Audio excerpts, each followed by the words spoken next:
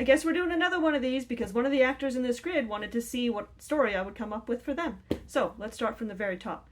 Angry Vigilante Man here is creating a chaos in a particular city, but it turns out a lot of the things that are happening are not his vigilanteism, they are somebody else who doesn't like this guy interfering with their criminal activities. That's like from an episode of Castle.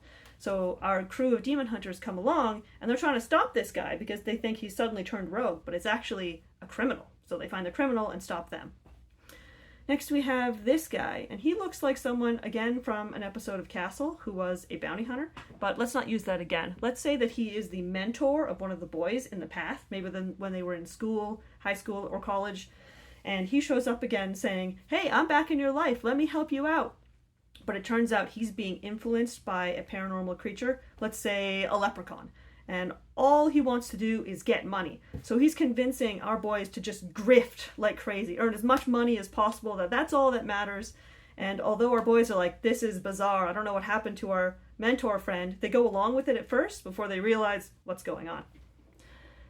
This girl looks very concerned in what I assume is a restaurant. So let's say she is a waitress, and she's coming into work every day and seeing all these people who are getting skinnier and skinnier and like almost skeletal, and she's starting to get very concerned because they're eating more and more and more food, but something is wrong because they do not look healthy. They look like something is consuming them from the inside. And it turns out one of the line chefs has been putting poison of some kind into all the food, which takes all the nutrients and stuff and feeds some scary monster, blob monster, in the basement. So they have to go kill the scary blob monster to stop it from nutritionally draining everyone like a tapeworm. This looks like a realtor. So let's say we have an episode where our boys have to infiltrate a house, but the house is very locked down, and the only way to get to it is to pretend to be a realtor. So they get this guy to help them, and then we have like a funny episode that's almost like, in another world, what if our boys were actually realtors? What if they had like these different kinds of jobs? And it's like a humorous thing. This man's expression is deeply concerning, so rather than say what I'm thinking, I'm going to call him a pastor. And let's say that he is leading a mass where all the parishioners think that they're worshiping just a normal God, but it's actually an evil creature.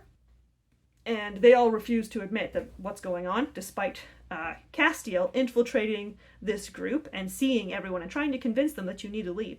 And at the end, they summon this crazy demon, but just like in that one episode of Buffy, it's actually like a super innocent demon that's like no harm at all, and someone just like drops a crate on it and it's dead. This guy, this looks like darkness.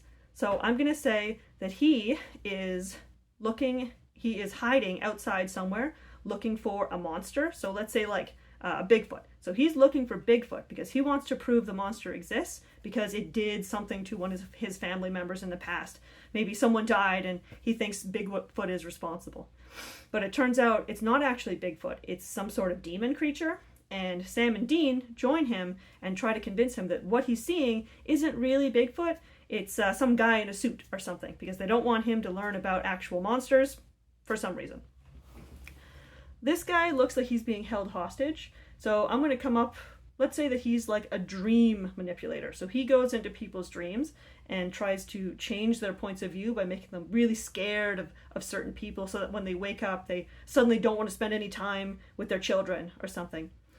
And our crew doesn't like that he's going around and messing with people's heads, so they capture him, and then they have to do a stakeout where everybody stays awake, but inevitably they fall asleep, except for one person in the group who has just like ADHD or is like super likes caffeine, so they stay awake, and they manage to wake everybody else up before this Freddy Krueger dude can kill them.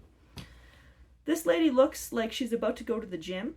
So let's say she works at a gym, and she's seeing that people who are coming to the gym are just suddenly vanishing.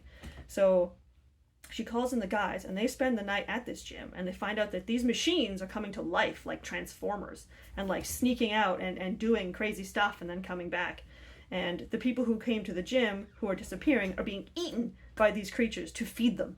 So at the end, they have this like weird crazy fight where they're fighting with like Transformer-esque weight machines. Another kind of like comedy episode. A lot of comedy in this range. Now, someone has told me that there's a lot of like DC or like type of gods in this, so let's do a bunch of those.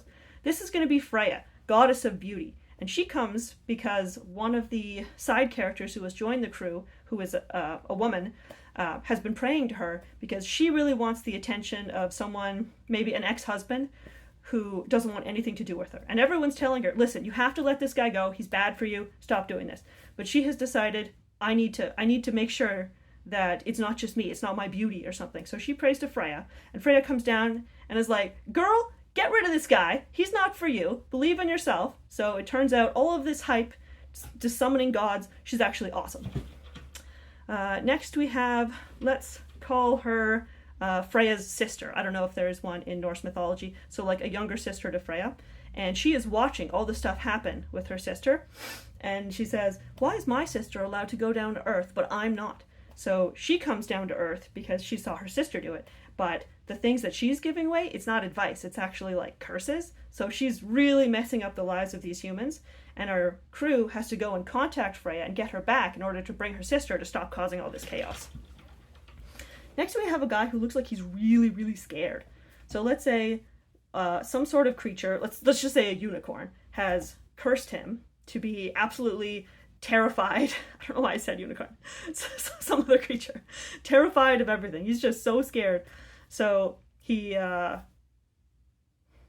going to try that one again. That one was terrible. This guy here looks like he's really scared. So let's say that he has been cursed to have... be able to see people's evil intentions. He sees them floating around people like a miasma. So he is terrified and he doesn't want to leave his house. And Sam and Dean go past this house and there's something that they need from inside it, but he will not let them in. Will not let them in. So eventually they have to convince him that everything he's seeing is wrong and the world is not so bad. She looks like she's from episode of Severance. So let's say she works in an evil office building where they're actually training drones to become servants to Loki. And Loki hates this idea of all of these perfect drones. He wants chaos. So it turns out that what she is doing is not actually in service of Loki. It's in service of another Norse god. And when that Norse god finds out, they are very upset. So they come down and just like lop this girl's head off. This beautiful woman in red here looks like she has another goddess statue in the background. So let's say that she is...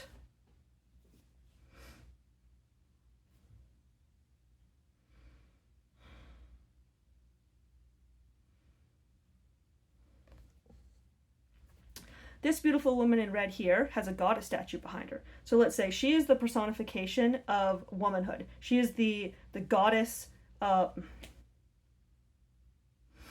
This beautiful woman in red here is beside a statue. So let's say that she also used to be a statue and she came to life because someone came to the museum where she was placed every day and cried, begging for her help. And eventually it happened so many times and it was on like a powerful magical ley line or something that she came to life. And all she wants to do is find this person who has been begging her for help.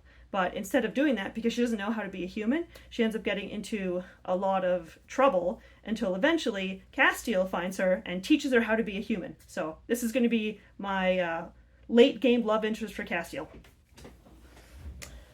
Mr. Scarface here, I'm going to call him Odin because of his scar. So when all of this other drama with the gods happens, he comes in and says, hey, everyone's having a party, but not me. And his whole shtick is he has these like really messed up relationships and kids. So when he comes back down, he gets into this crazy paternity lawsuit where everyone's coming and saying, you're my father, you're my father. And that distracts him from what he's trying to do, which is gather all of his pantheon and bring them back to wherever they were.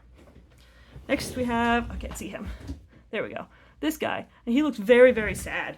So let's say he comes into the fray because his children were all killed in a brutal accident, which he thinks was caused by demons. So he talks to Sam and Dean, and they convince him to recreate the conditions of the accident. And when they do, they find out that these kids are actually trapped in another dimension. So they bring the kids back, and then it's big, happy ever after.